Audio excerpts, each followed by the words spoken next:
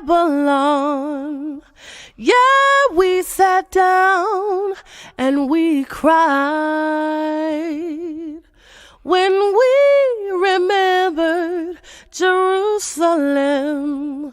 We were sick, Lord, near to dying. Oh,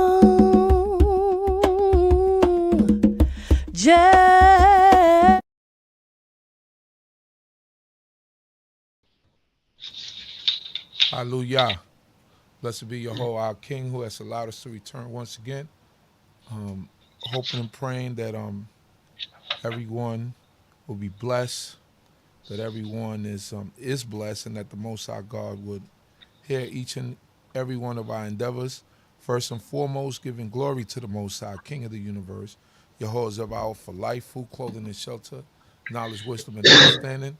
Also thanking the Creator for all things and everything, and I pray that the Creator will continue to be with us all.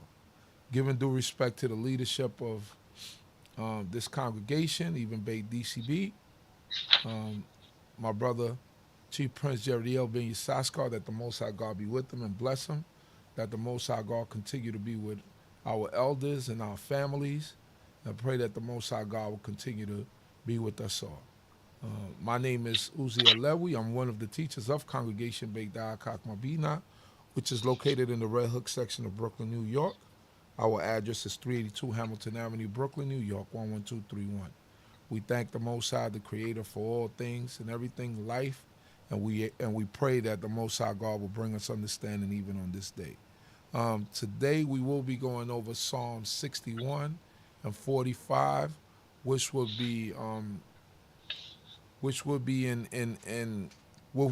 coincide with the past week's portion of Wayakel Pekudei, and that's going to be brought forth by none other than the teacher that's been bringing it from week to week. Even one of my mentors and my teacher, Nasik Zurishaddai Ben Yehudah. How are you, Nasik? Great, Baruch Hashem. First of all, I'd like to give praise to the Supreme Time Universe, God of my forefathers, God of Abraham, Isaac, and Jacob. To respect the D.C.B channel platform that I'm on, to the spiritual leader, Chief Prince Ariel Ben Yissaskar, the host Chief Uzael, to the princes, chiefs, the rabbinic, the Kohanim, Marine brothers and sisters, visitors. I greet you in the time of forefathers, Shabbat Shalom, and an early Shabbat Shalom, and Shalom Aleichem. I like to say, Adonai Sabtadi Takufia Giti Lateka, O Lord, on my lips, and my mouth should declare that praise. We'll be covering, going over, just highlighting a few points in the two sidros. There's a double sidro. This is the first of the double sidros. Last Shabbat that passed is called Shabbat HaKadosh. That's usually the Shabbat that comes in either before the month of Aviv, or it'd be the first Shabbat if Rosh Chodesh falls on the Shabbat of Aviv. So this and this particular week, since Rosh Chodesh comes on during the week, they celebrated Shabbat HaKadosh, which means the Shabbat of the month, for the month of Aviv. Some books refer to as Nisan. Even in the Tanakh, it's called the month of Nisan, which also means like as much a miracle. The word Nes means miracles. So there was a lot of miracles took place for us, at that time, of our emancipation and liberation, redemption from the land of Egypt. So as we go forward, Wayakel and Pekudei, Wayakel means that he assembled, and then Pekudei means, in accounting, it's like an accounting, took account. So those two sidros are normally, read together on except during a leap year. In the leap year, they're read individually because the year be a little bit longer when they add an extra month, 7 times in 19 years. But it's normally read together, Wayakel and Pekudei. And also, this concludes, Pekode concludes the book of Exodus. So it'll be the portion, the CHOKMAH YAH, begins in the book of Exodus, the 35th chapter, first verse, and goes to the 38th chapter, the 20th verse. And the portion for Pekode, as you can readily see, from Exodus, the 38th chapter, 21st verse, to the very end of Exodus, which is the 40th chapter, the 38th verse. The normal Torah, and that would be read, if you follow an Ashkenazic custom, it would be 1 Kings 7th chapter, 40th verse to the 50th verse. That's also, if you follow a Sephardic custom, it would be 1 Kings 7th chapter, the 13th verse to the 26th verse. Interesting enough, the Sephardic uses the same chapter of 1 Kings 7 chapter, 40th verse to the 50th verse for their Haftorah for YAH. But they happen to have, a different, for Pekode. That's what they use for Pekode. And that the Ashkenaz we use for Pekode, the Haftorah, 1 Kings 7 chapter, 51st verse to the 8th chapter, 21st verse. So I know that's a lot with these two chapters that's combined, and between the Ashkenaz and Sephardic customs. You could talk with your various teachers and stuff about why the customs and what's the differences. Very little differences in some areas. Also, the psalm I'll be reading for the psalm that goes along with YAH is the 61st psalm. The psalm that goes for Pekode is the 45th psalm.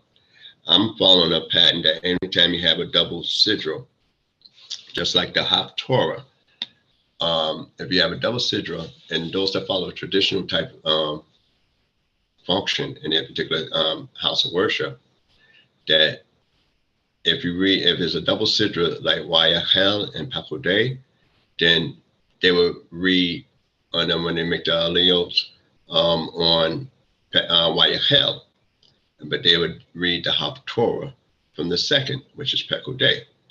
All right, so since the Psalms is rather short, I'm gonna just read through both of Psalms 61st for YAH and 45 for Pekode. What you have here also is that since it was Shabbat HaKadosh, you have a different Haftorah that be read, even though you will read in the Maftir portion be slightly different as well. Even though you'll read the Sidra, start off reading the Sidra of YAH. And so, and the Haftorah that they will read for this particular portion of Shabbat HaKadosh for the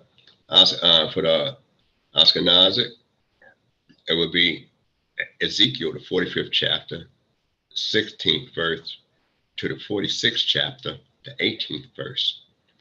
For those that follow Sephardic reading for Shabbat HaKadosh, it would be the 45th chapter of Ezekiel, 18th verse, going to the 46th chapter, the 15th verse. So it's very close, just pretty much a couple verses difference between the Sephardic and Ashkenazic when it comes to Shabbat HaKadosh. It's very interesting as well. Whereas when we read some of the Kings, we read about Solomon and his dedication to the temple, his completion of the temple. That's what you read in the book of Kings pretty much. There's some stuff, Solomon's building of the first temple. Whereas in Ezekiel, who was a prophet that was born in exile. I mean, not born in exile. That was a prophet that was in exile led off with the captives of some of the people of Jerusalem into exile. He was one of the prophets that prophesied by the rivers of Babylon and in Babylon itself. He speaks of a third temple service, and that's brought down by the sages. So his prophecy speaks more about what will happen in the last days in the future when the temple is rebuilt, which we've been waiting for now for over 2,000 years. We're waiting for the third temple to be built in Jerusalem. So those that's interested might be interested in reading about Ezekiel's version for that particular day, the Torah. So I'm just going to highlight some of the things in the book of Exodus, because we're going to complete the book of Exodus. And one of the things I like to reiterate is that 15 chapters from the 25th chapter to the end of the 40th chapter is all about the building of the tabernacle, the Mishkan. Where one little insert's in there, and the insert that's thrown in there is the sin of the golden calf. And then we get another slight little insert, which is about the Shabbat. So you figure we're talking about the sin of the golden calf, and it's the focus there. And then in this particular sidra, Awayachel, when they start actually the work, they talk about the Shabbat, and then they proceed on with the building of the tabernacle. Now, what is interesting to understand is that in Terumah, we were talking about getting stuff for the people that's willing to bring this stuff to offer up for the tabernacle. But like I said, that's before Moses himself came down and seen the people worshiping the golden calf. And I'd like to give you just a little bit of a backdrop, just slightly. And when Moses came down from the mount the first time, and seen the golden calf, then he broke those tablets there. What we find pretty much interesting that's different in Terumah as opposed to Wayachel is that he was told to take for the Creator those, and offerings from those that's willing. So that means that he was told basically to go out and get it in Terumah. If you're going to take something, that means you got to go out and collect. So he's not only, talking about the first fundraiser in Terumah, but he's also the actual guy, hands-on, supposed to go around and do the collection. But when we get to Wayachel, it's not he's going out to make the collection. So no, just like y'all was willing to bring that up for the golden calf, y'all guys, amen, pretty much, then y'all bring this here to the Creator for a donation. So it's a difference in the operation. And you'll notice that in Terumah, this is what they will do as opposed to what is being done in Wayachel. And Wayachel also, that the word, the symbol. When people assemble, they assemble for a particular purpose. That's the highest order of assembly, that you can mention. When you have a united purpose. So I'm just going to highlight just a few things in this area. It said, in Moses, the 35th chapter, and Moses assembled all the congregation of the children of Israel and said unto them, these are the words which the Lord had commanded that you should do them. 6 days shall work be done, but on the 7th day there shall be to you a holy day, a Sabbath of solemn rest unto the Lord. Whosoever doeth any work therein shall be put to death. You should kindle no fire throughout your habitations upon the Sabbath, and also upon the Sabbath day. Now, we got some rules concerning the Shabbat before, and we got some obvious, but then what is defined as work? That's what we need to ask ourselves. What work not supposed to be done? And are we supposed to live to work or work to live? Which one is it? You know, and do we have to necessarily say, I'm going to do or work every 6th day? You know, in other words, I got every day of the week, I must do some work. Today, tomorrow, for 6 days straight, I must do some work. Or that work should be done and completed. Certain work should be done and reach a point. So in other words, you have a limit within a 6-week period.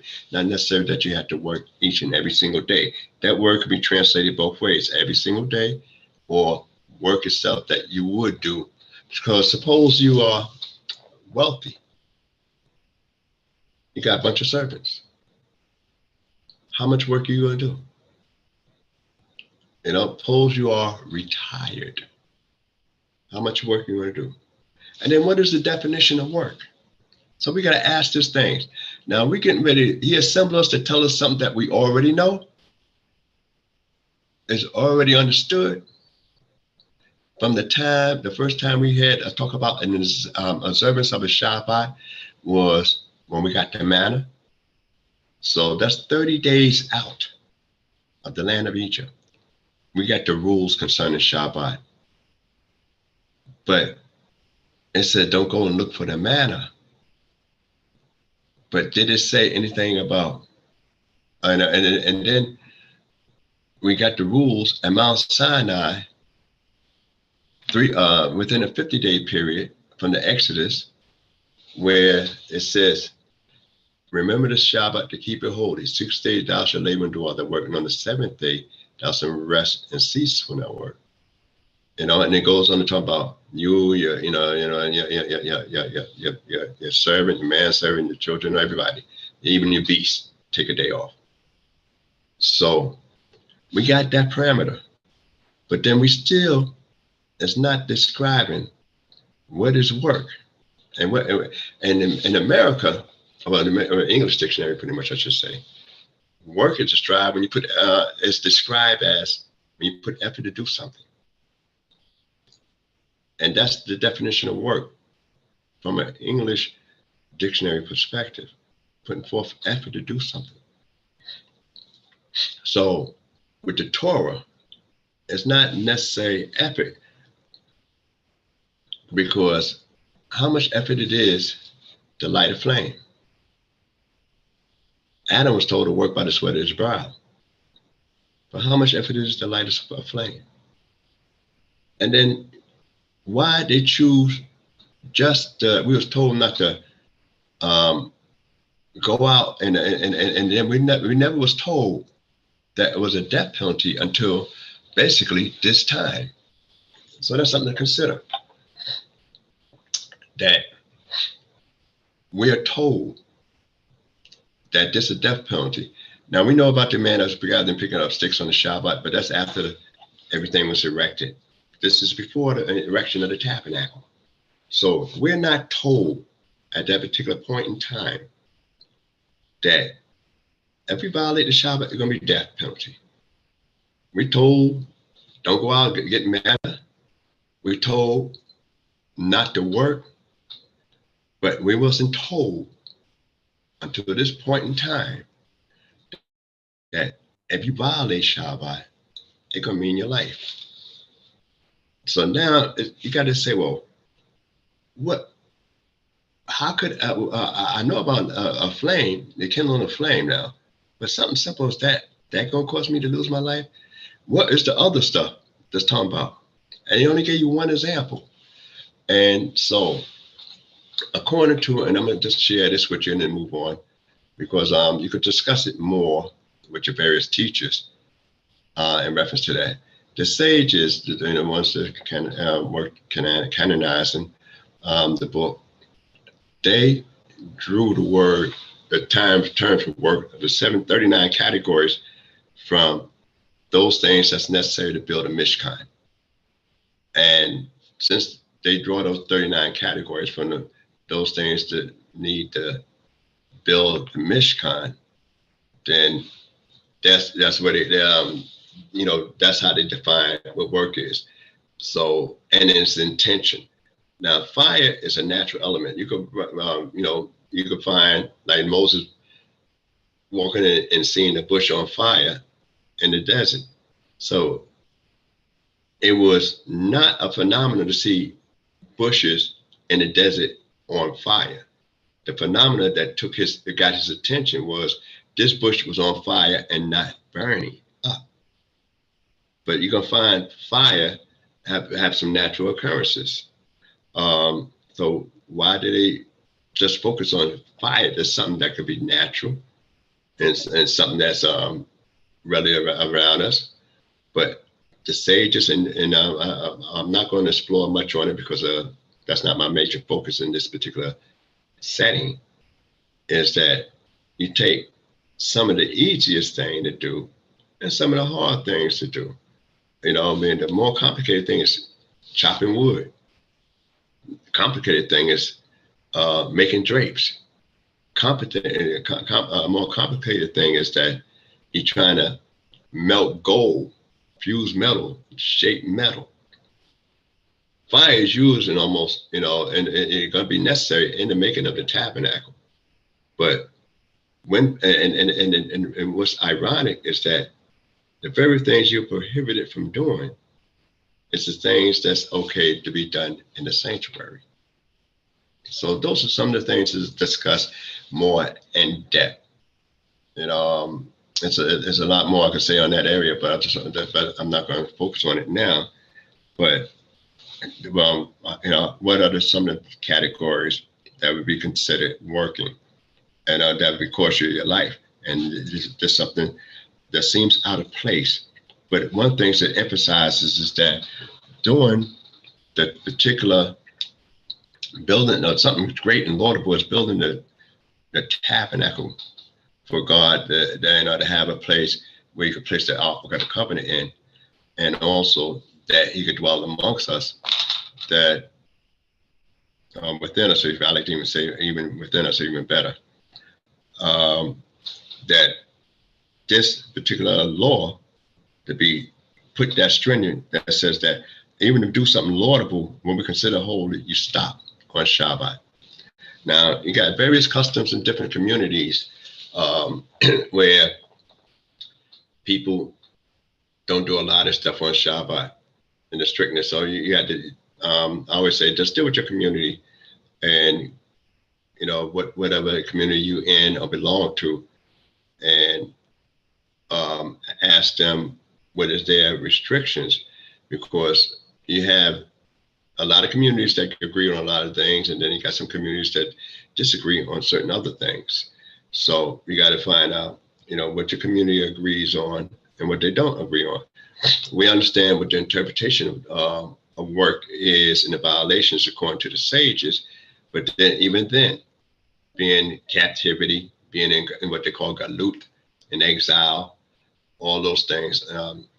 Some communities, such ones I am, they'll drive on the Shabbat to the synagogue to make the convocation, and only to the Shabbat, not to go out there to sightsee, partying, beaching, and all that kind of stuff, but basically to something like that to make the holy convocation. So that's more liable amongst some conservative and Israelite communities, where we don't have the luxury of being down the street from the place that we go worship, or being welcome in places where they do worship the same creator, and they may not be as welcome as much. And that'd be a stress to go someplace where you're not welcome to talk about, I want to be praying. So that's one area to bring out. Then you got some that's in the Orthodox communities that say, okay, we could carry certain things and do certain things in the Eruv. And Eruv is a particular location, boundaries that they extrapolate. And I'm not going to go too deep into it.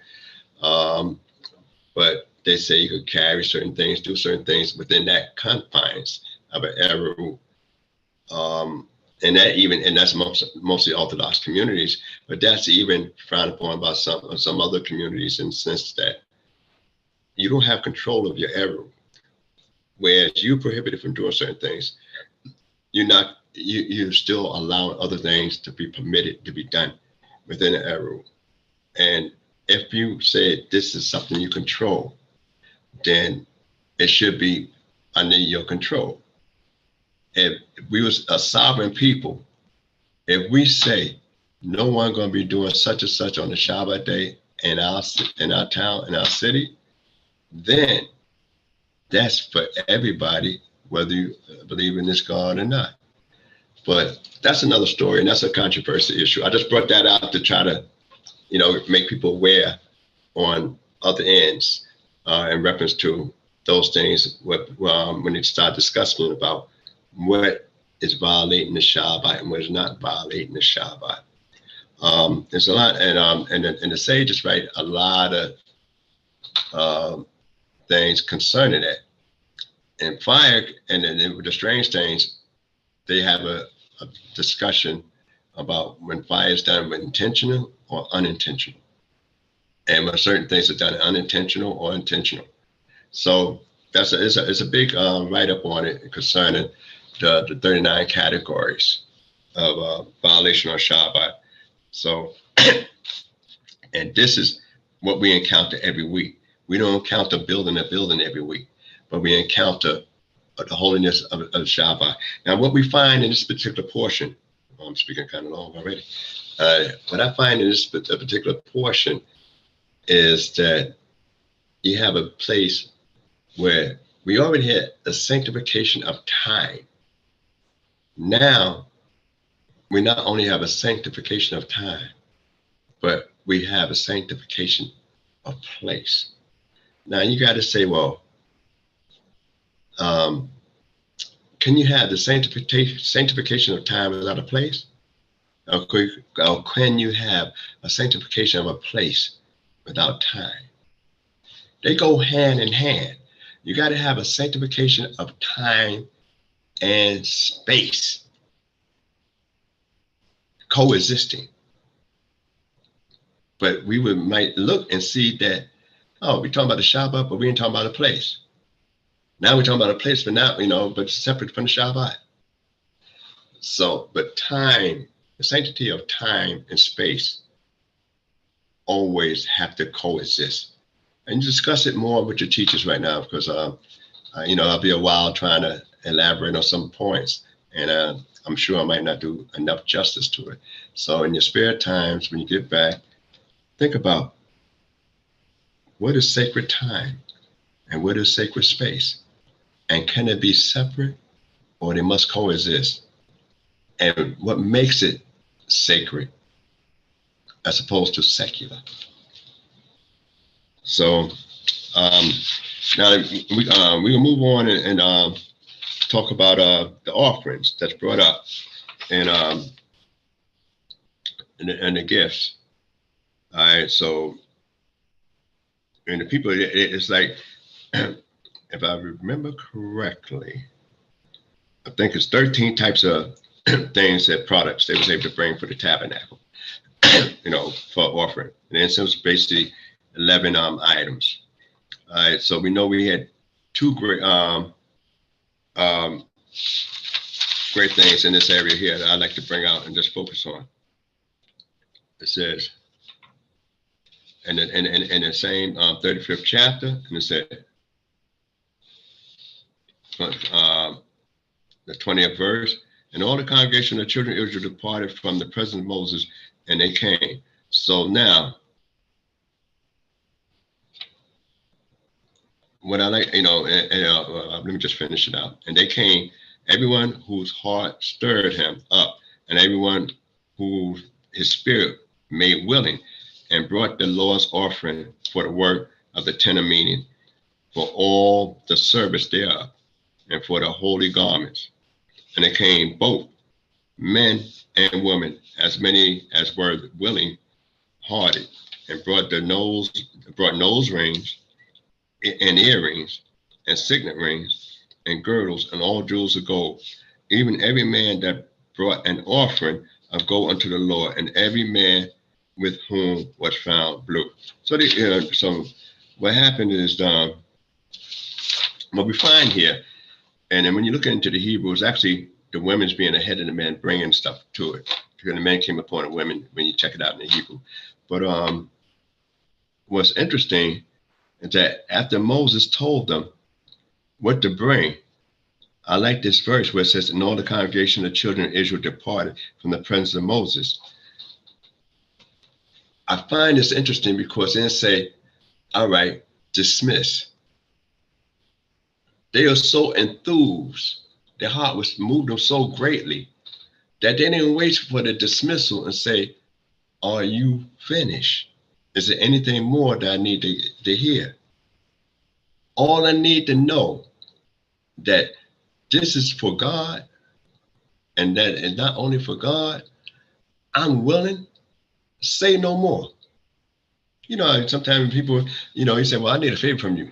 And you start to tell them, you know, why you need the favor, you know, and, you know, before you even tell them why they need the favor, they already say, oh, say no more. I got you. I'm out. You know, I got you covered. That's the way the people was concerning the tabernacle. So they left Moses' presence to bring back the stuff, whereas Moses at the beginning was supposed to go collect the stuff. So he would appear more like a tax collector in Terumah, and here, you know, he does not appear as a tax collector. It's really the people willing to give, because you know when people go to a door and say, "Can I get some tzedakah? Or could you mind helping such and such?" It's like a little bit imposing. Oh man, it's a good cause, but why you gotta knock on my door now? You know, I mean, I had other plans.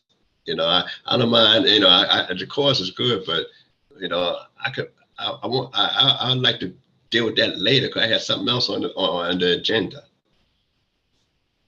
Then you're uneasy and say, okay, let me see what I could come up with. That's different as opposed to, oh, you need this? That what you said? All right, I'm going.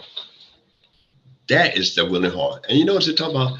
You know, they use the term Hakam Lev, wise-hearted, especially when it gets to the next portion about these guys. But I'm gonna speed through this just a little bit because there's so much to bring out. And talking about, you know, the sons of Bethel again, you know, Bethel, and also talk about Aholiab. Bethel had one job that he did completely by himself, and that's the making of the ark. You know, so that's one of the areas that that he's focused on in himself. And you talk about, and it mentions about the women's work, skillful work. Now we know men did a lot of stuff, but why focus on the women's skillful work? And that they took the time. That means that if a woman, it wasn't just satisfied with just giving. I want to participate. See, a lot of people in far as fundraisers and charity, they rather give to the charity as opposed to participate in the charity. And what is on a higher level is that not only I'm giving to this charity, but I'm taking an active role and participating to see it through. So these women, not only they was willing to give up some of the stuff they had, especially the artwork and as far as curtains, and specify exactly what they did, that they also took an active role in making it look good, enhancing it. So there's some of the things about the Mishkan. Let me just move further. Let me see here before I go on to the Psalm. There's just so much stuff here. All right.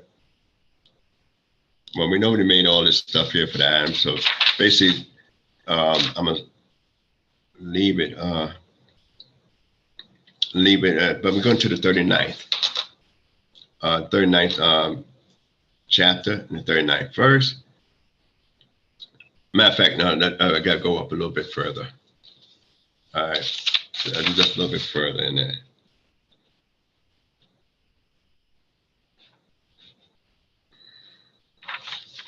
All right, the 39th chapter and 32nd verse.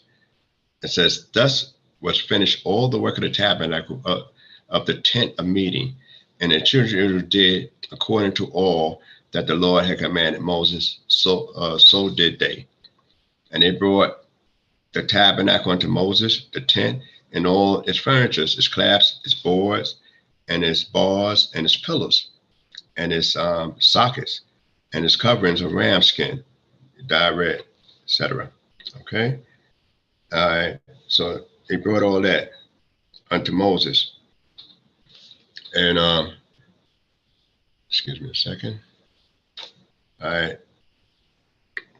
All right. So now, when everything was put in place, right? They must have finished everything put in place. And they reared up the tabernacle. All right.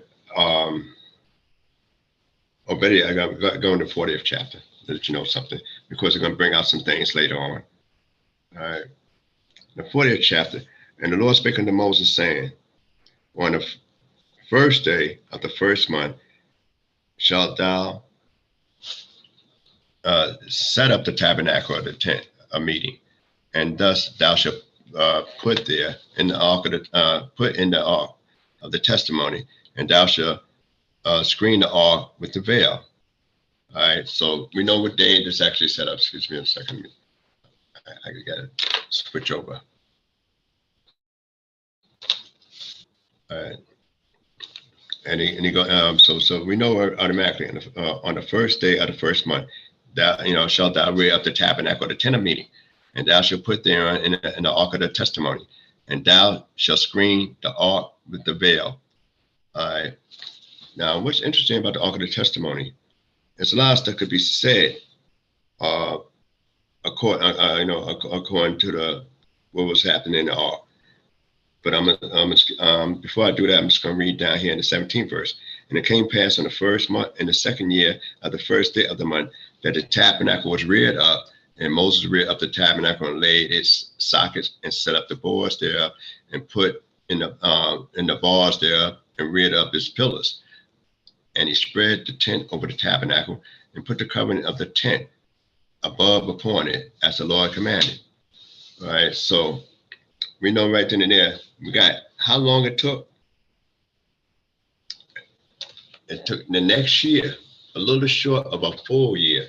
So that means on Rosh Chodesh, year 2 of the Exodus, that the tabernacle was fully functioning.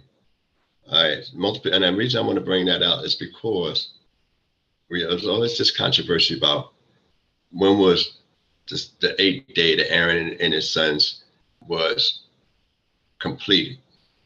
And you got to be able to, you got to realize, I often say that there's not a chronological order in scriptures. If you say that it was set up on Rosh Chodesh, we know we got certain sacrifices, we know it was a dedication, and you know that in order for Aaron and his sons to participate at the dedication, they had to be finished. So that's all I'm saying on that, pretty much. And any other questions, you could talk to your various teachers, and take your time and peruse through the book. Because that's when it's only that day that it actually was that they actually have the cloud of glory coming within. Now, one of the things I like to bring out before, because I did both, covered part of YAH and Pekudei. One more thing I like to bring up, considering the two, and to consider Pekudei just a little bit, is that Pekudei is an accounting. No one asked Moses, about giving a record or account of the stuff that he picked up. The workers, when the people was bringing up offerings, and I'm just going back just a little bit, when the people was bringing up the offerings, they was given so much that they had to be restrained from giving. And we're going to say, well, why would you restrain a person from giving? We could use it for the future. Why stop them? Because one, when the Creator say give, all those that's willing-hearted, then you follow the command of the Creator. But when you just say, okay, I'm just going to keep on giving and giving and giving, that's just your desire. Not necessarily the Creator's desire, it's your desire. And hence the term be refrained from giving, because now you're not doing what the Creator commanded, you're doing what you want, what you think things should be. Then let you know about going overboard sometimes. And one of the elements is that when we look at the stuff that was brought and the integrity of the men, they knew exactly how much they need to do to make the work. One of the things I like, and when I look at the designing of the Mishkan, is that Moses was the only one that seen the pattern of a completed Mishkan and different items on the mount. He didn't come down the mountain with a blueprint. He came down the mountain with some tablets, and he came down the mountain, with some thoughts. So now what I find marvel in reference to that is that Bezalel, Aholiab, and those that was wise-hearted, but mainly those two guys, I'm going to focus on those two guys. They are the first sketch artists that you can read about in history. I'm making a design that you only saw. You telling me what you want. I got to make it, and it got to look like you seen it on the mount. Exactly. Just like a crime scene. What does Robert look like? Well, he had slanted eyes, brown nose, wide nose, kind of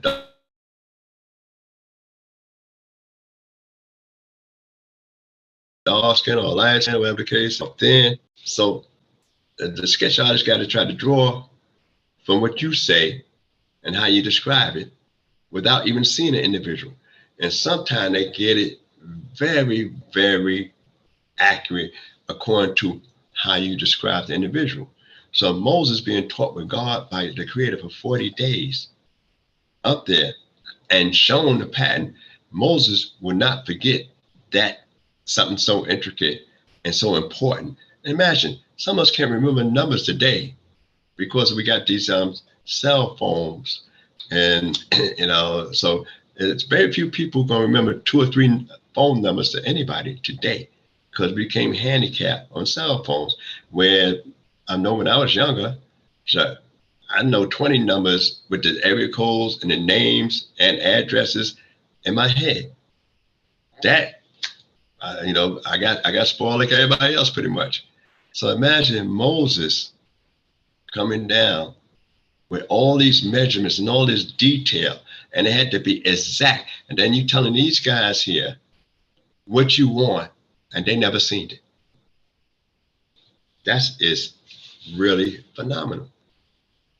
And then not only they was able to do the work, they was able to teach their skills and instruct other people how to get better skillful and enhancing people's skills. So that's one of the things that is some of the takeaways in that area. The last thing I want to speak on, two things in that area, is that when we look at Pekel Day and Moses bringing up this accounting, the Creator never told him to give an accountant of what he'd use the stuff for. But good leadership should be transparent. And I mean, transparent, if you're a real good leader, you're supposed to be transparent to the people you're leading, so that your integrity would not be in question. So Moses, on his own, He said, this is what's used, that's what this went through, how much it was here, how much it was that, how we used it. All that was explained by Moses. And one of the things you don't talk about too much is about the gold. The exact amount of gold. We know the brass was used and stuff like that, but we don't talk too much about it. And the reason we don't talk too much about it is if you only gave up so much gold, that's weight. And we know that it took more gold than that to make the place. You never ask, what happened to the extra gold? Who supplied the extra gold? So it's only when, everything is used up. But there's certain things they know that they didn't give that much gold. But they tell you how much weight was the gold. But from the weight of the gold and the items that the gold was used for, you could say, well, that's kind of short compared to the dimensions and the measurements that's given. So who supplied enough gold to cover the ends? So, and that takes some real scrutinizing and research to look at the measurements. That's why I said that a lot of times we gloss over that pretty much. So, but it shows its integrity and peccadillo, and then that in one area, the congregation means more, and in another area, the individual means more. So just some of the things some of the takeaways. So as we go forward to the Psalm, before we go into the Psalm, one of the things I like to leave you with in dealing with this particular sidra is that some people make things happen. Some people watch things happen, and some people don't know what's happening. So you got to know what part you belong in when we go through this here and building any kind of edifice. So, and then normally when you finish a particular portion, you say, Kazak, be strong, let's make one another strong. And I'm just going to briefly touch on the Psalms. We're going to start with 61. That goes YAH, which is only about basically, I think, nine verses. And then we're going to go to Psalm 45. So if you got it, Chief, you could start there. Hallelujah. We're going to the book of Psalms, chapter 61, verse 1. Lamnat Seak al Neginat Ledawi. For the leader with string music, a psalm of David. Hear my cry, O God, and attend unto my prayer. From the end of the earth will I call unto thee when my heart fainteth. Lead me to a rock that is too high for me, for thou hast been a refuge for me, a tower of strength in the face of the enemy. I will dwell in thy tent forever. I will take refuge in the covert of thy wings, Selah. Hold right there. All right. So David, all right. Most of David's life is always a pretty rough life. You figure the king should be all right. But I mean, you look over David's life, it's always kind of a rough life. Even in his best of times, it wasn't so much of a great of times. And so David definitely had to be able to live in a moment, because from the time when Samuel went to anoint him, his father had him out there working where everybody else, was called out to the front from the job. In the army, he had to bring the food. And his brothers even saying, look here, who's keeping those few sheep? When we get to Saul, he got to play music. He first got to kill the guy, play music to heal Saul's mind, and yet Saul's coming after him. He had a wife that was taken from him. He had a wife that he had to get rid of and later on. He has children that's raising up against him. And after years of his kingship, he only reigned for 40 years. So how pleasant was the 40 years when he had to advocate the throne at one time and then come back, losing sons, daughters, being accused, condemned for certain atrocities that he did. He, had a famine in his time. One of the things about the Torah is that when Solomon built the temple, he saved all the treasuries and stuff that David had got, the donation that David set for the temple. He just put in the treasury. And the tabernacle was no treasury. But here it was. And why he didn't use it? that's something to be debated. You know, people, you know, have thoughts on that, why it wasn't used by Solomon in the building of the temple, and why Solomon took time and to build some years before he decided to build the temple. Solomon didn't build the temple as soon as he got ascended to the throne. He took some years before he decided to begin to build the temple. So it's a lot of stuff that goes on with David. So David definitely has a rough life. So, and now he's, you know, he want a mountain high, so he's looking for some kind of refuge, you know. I said, lead me to a rock that is too high for me. All right. Do that make sense? Why would I go to a rock that's too high for me? You know, well, I want shelter, I want protection, or do I want to ascend it? All right. So these are some of the things that you could think about. And it says, a tower of strength in the face of enemies. So these are some of the things David talked about. And it goes on to say, I will take refuge in the comfort of thy wings. On the Mishkan, when we talk about the Ark of the Covenant, the Ark had 2 cherubims on there. Facing one another with wings outstretched. They always describe them as, you know, traditionally as young people, young kids. And you say, well, why would the cherubims be like young and looking in the face? Why didn't it be the adult? You know, why did it say they look like young people, male and female? And one of the explanations that's given, but you go explore it some more, because this is, you know, one of the traditional things that's brought down, is that if you have a child, a young child, you know, they're adolescents, you know, they toddler age, or they, you know, 10 years old, 9 years old, you know, even up to like 12, 13 years old. You're looking at your child, you love your child in spite of them. Why? If he was a grown child, you say, oh, he became a doctor, he became a lawyer, he became a professor, a teacher. Then you love the child because the child himself had accomplished stuff. So you judging the child by his accomplishment, and your love is rated by the accomplishment. But when you got a little child in your house, they ain't accomplished anything. You doing everything for them. And sometimes they don't do the stuff you want them to do right, and you still look out for them because you love them in spite of them, because they didn't earn anything that you're giving them. They didn't earn the clothes, they didn't earn the food, they didn't earn the shelter. You doing all this because you love them.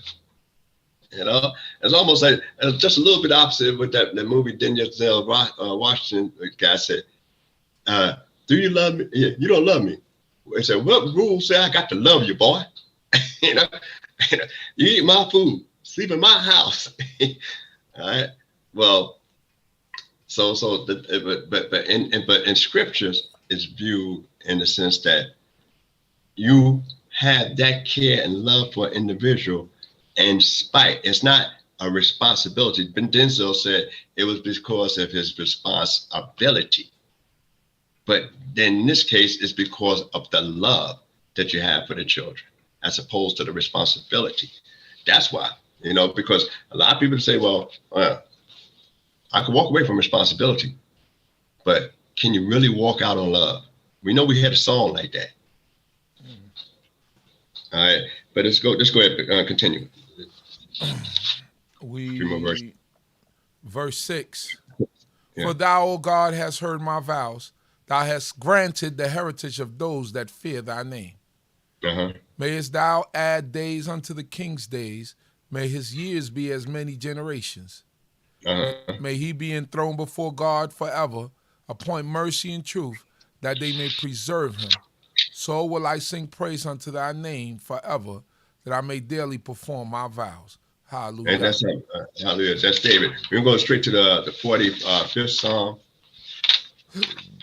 You guys, excuse me this time. I'm trying not to be too long in this area.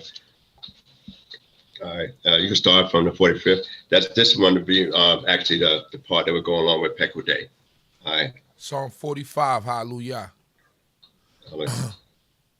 Lamna Seak al Shoshanim Lifnei Korak Maskil Shir Yedidot. Yeah. All right. Yedidot. Yedi is actually, some books will translate love, but it's like darling. Like we say, dear so and so. Well, Yedi is like that, a darling. In Hebrew. So even those some books will translate as love. So and it's like, I guess you would say, well, they're saying infatuated, puppy love, whatever the case is, but this is deeper than that. Man, when you talk to your Yisha, say, come here, darling. All right. That's what the Yedi means in that sense. It's like more affectionate. Yeah, it's that kind of affection. Right. And Shoshanim is like upon Shoshani, a psalm of the sons of Korah. Now Korah and them have several psalms, and these are the ones that actually survived their father's rebellion, because their father was actually swallowed into the ground. So now they singing this here thing, because they was considered precious in the eyes of the Creator. And now when we talk about the happiness, sometimes they might say the Shoshani is like actually, it could be an instrument, and also could be like a rose. Right. All right. But continue. It reads, verse 1, for the leader upon Shoshanim, a psalm of the sons of Korah, Mashkil, a song of loves. My heart overfloweth with a goodly matter. I say, my work is concerning a king. My tongue is the pen of a ready writer. Hold right there. How could your tongue be a pen of a ready writer? A lot of times we say more than what we write, more often than not. But what it is just saying, your tongue, like pen of a ready writer. That means right then and there that a writer writing from what he thinks. All right, and a lot of times you think faster than you could talk.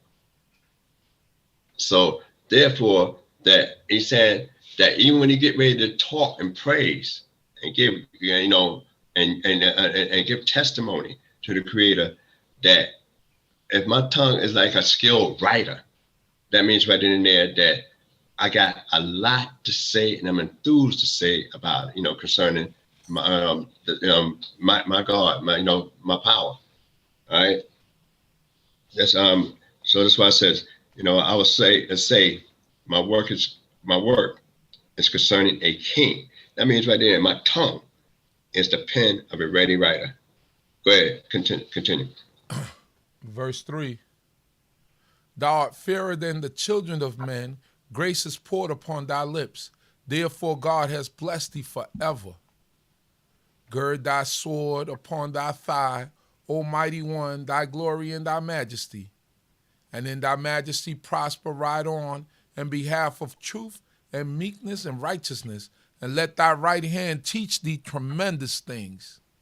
All right, hold right there. Now, this seems now the psalmist recording them, they describing that kind of love, coming from the Creator. That's what it pretty much is showing.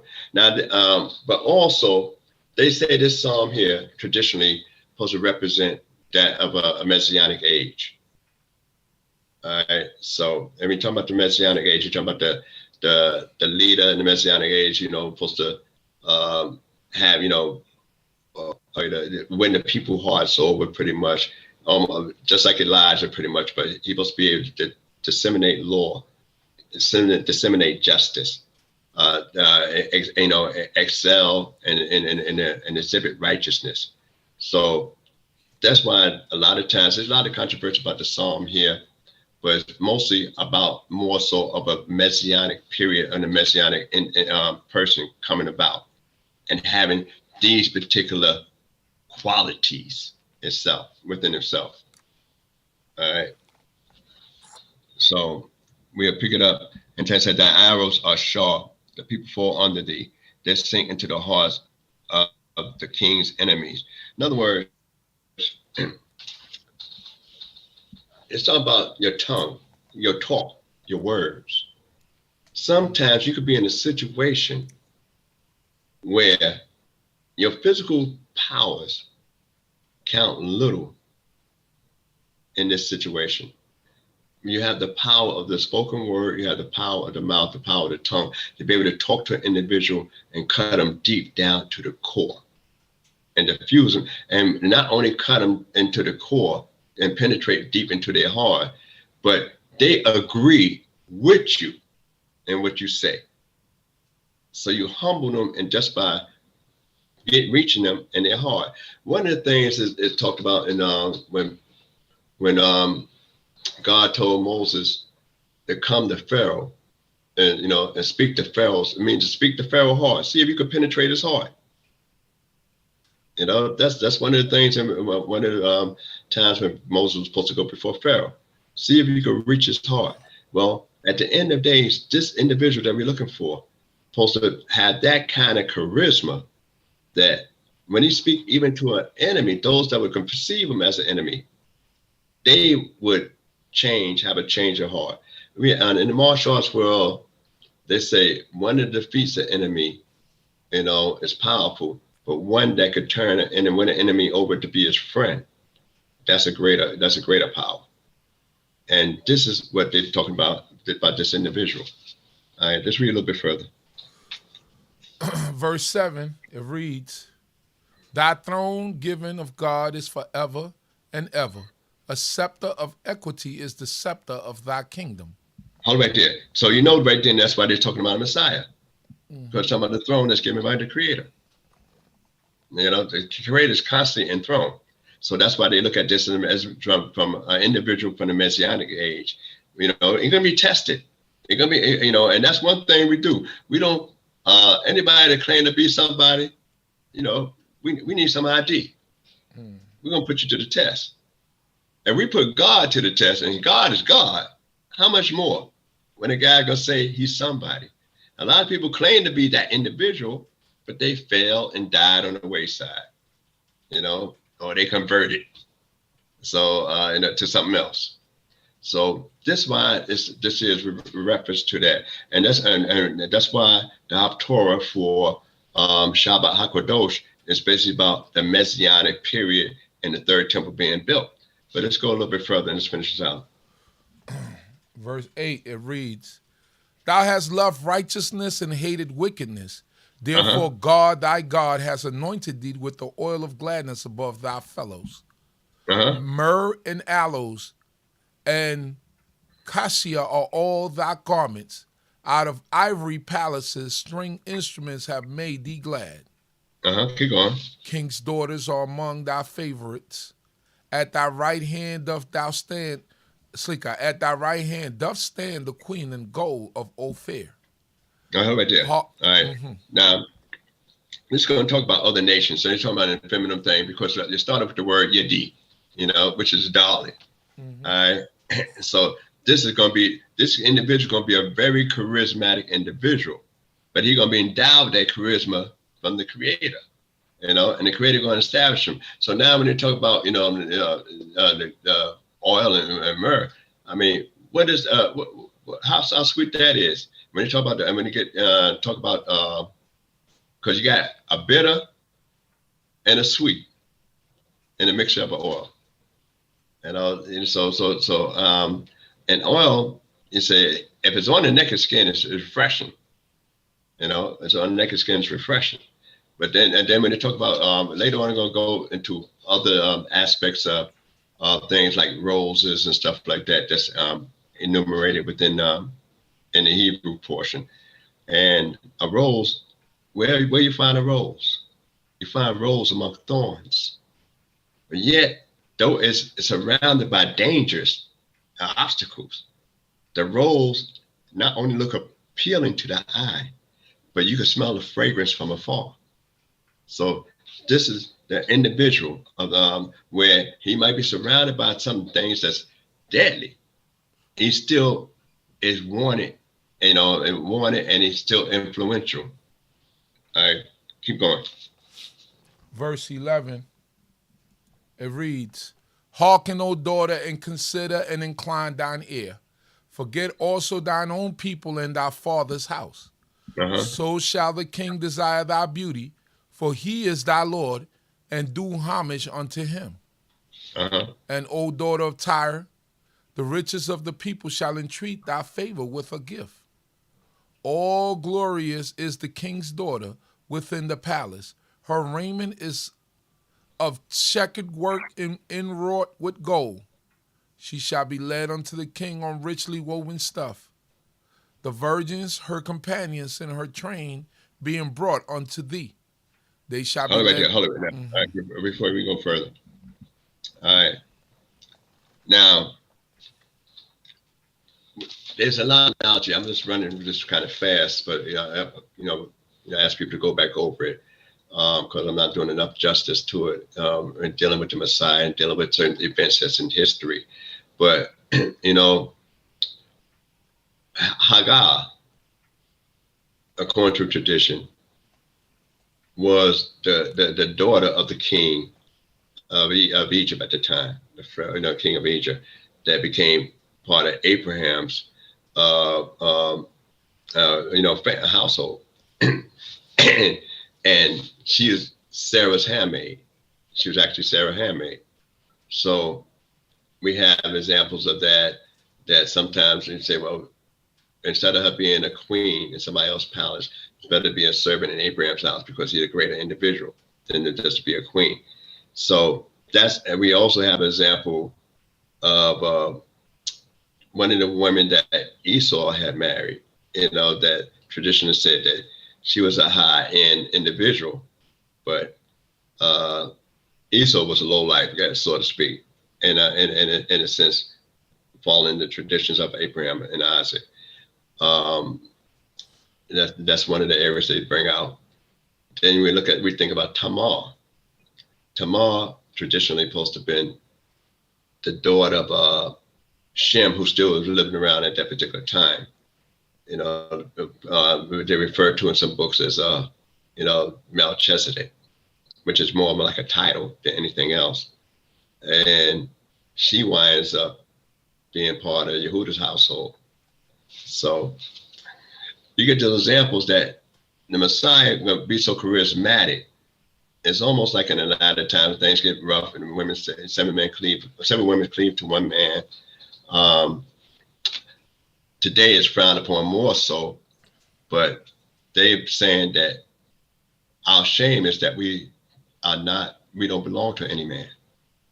We'll take care of ourselves. We just want to belong to you. So in the Messianic period, though people might have a little bit of apprehension about the individual, because we all looking for the Messianic guy. We all, some people say the guy coming back. We say this guy gonna come the first time from around our circles. He coming here. He gonna have to be identified. Elijah supposed to be first, and not only that, he got to be able to tell some stuff, and he's supposed to be charismatic, and even people that don't like him, he'll be able to win them over. And this guy is not supposed to die in a tragic death. There's nowhere in here that he's going to be victimized. It's in here that he might not be accepted right away, but he's going to win the people over. But it's not anywhere in here that when they talk about the Messianic guy, the last guy out the house of David, who's going to have to prove his lineage, that he's going to be a victim. Let's read a little bit further. Verse 16, they shall be led with gladness and rejoicing. They shall enter into the king's palace. Instead of thy fathers shall be thy sons, whom thou shalt make princes in all the land. I will make thy name to be remembered in all generations. Therefore shall the peoples praise thee forever and ever. Hallelujah. Hallelujah. That means Israel going to get to their own. And that's not the only psalm of the sons of Korah. You got the very next one coming behind that as well. So the sons of Korah had a lot of songs, and the psalms that they had was basically is about the future. And when it's appropriate in a sense that when we look at the building of the Mishkan, every term that was used in the building of the Mishkan, every term, excuse me, I would say it this way. Every term that was used in the creation of the heavens and the earth, the 7 unique terms, it could be some of your, trivial pursuit. 7 unique terms that's used and that God say about, I'll give you a few: good, finish, sort of work. So, bless. So it's only about 3 left. So just check it out. All the terms that Moses said concerning when the Mishkan was finished, it's the exact same terms that was used in the book of Genesis. So when we're saying that the house itself is not an end, but a stepping stone to our beginning for us. So with that, I hope you guys have mind what I said. Any mistakes by my own and any comments, please leave it and support the D.C.B channel. And I will answer the comments if I see them. If I don't see them, if you don't have no questions, I can't say anything. I figure either you didn't care for it or maybe you understood everything I said. So with that, I say have a good early Shabbat Shalom and Shalom Aleichem. Hallelujah. Thank you, Nasik. Thank you all for joining in and tuning in. And may the Most High God bless each and every one of you, and everyone have a great week. Hallelujah. Hallelujah.